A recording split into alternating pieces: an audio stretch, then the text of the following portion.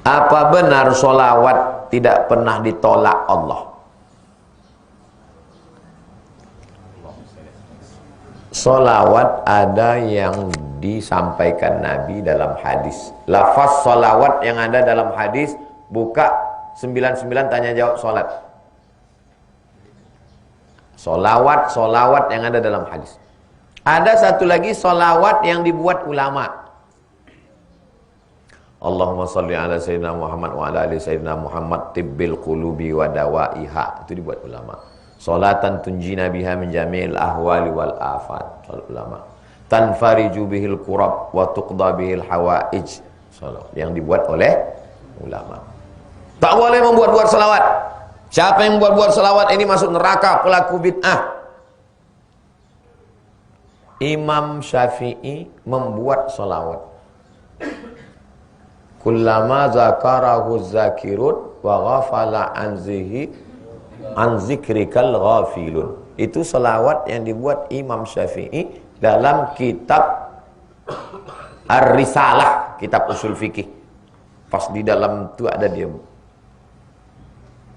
Bermimpilah seorang ulama berjumpa sama Imam Syafi'i. Imam Syafi'i, apa balasan Allah untuk engkau? Kata Imam Syafi'i, Allah masukkan aku ke dalam surga. Istanaku terbuat dari emas, lantainya permata, kubahnya, dan aku diiringi oleh para malaikat. Apa amal engkau? Karena aku menulis salawat.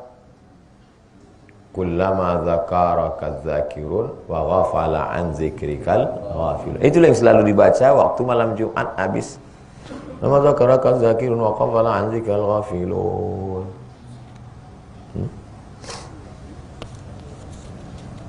Siapa yang buat selawat bid'ah?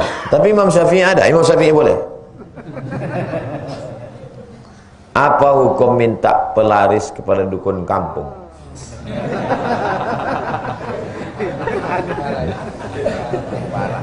Yang dukun itu membaca ayat.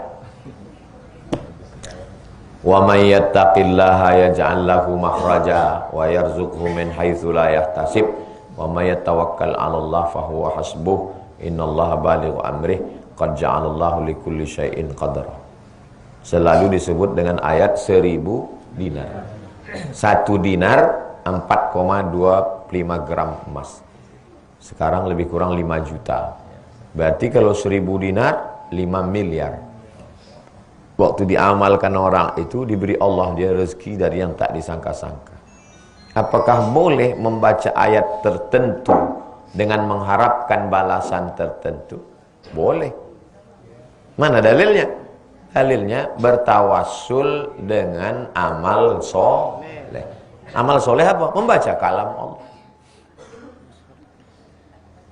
Nanti masuk toko pagi baca Fatihah sekali, Qul huwallah 3 kali, Qul bil falaq sekali, Qul bin nas sekali, sholawat. Supaya dijauhkan dari gangguan jin-jin setan, supaya dibukakan Allah pintu rezeki. Boleh, tak salah. Tapi dia dukun Pak Ustaz.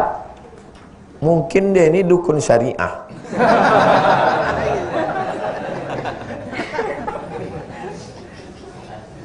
Tidak semua dukun ini jahat, namanya aja dukun.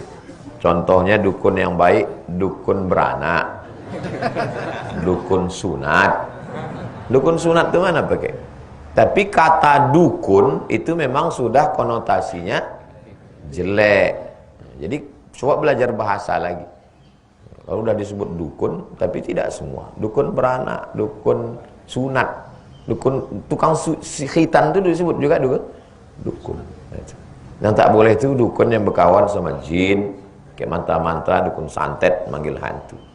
Belajar lagi bahasa. Di samping itu ada juga syarat-syarat. Ini tak betul.